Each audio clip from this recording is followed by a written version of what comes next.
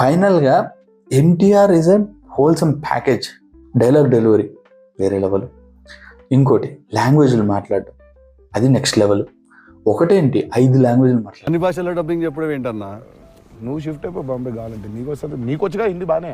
అంటే అంతరా 4 భాషల్లో డబ్బింగ్ చెప్పారు. హిందీ ఆతా అంటే భయ్యా ప్యాస్ డాలో. Is and dancer.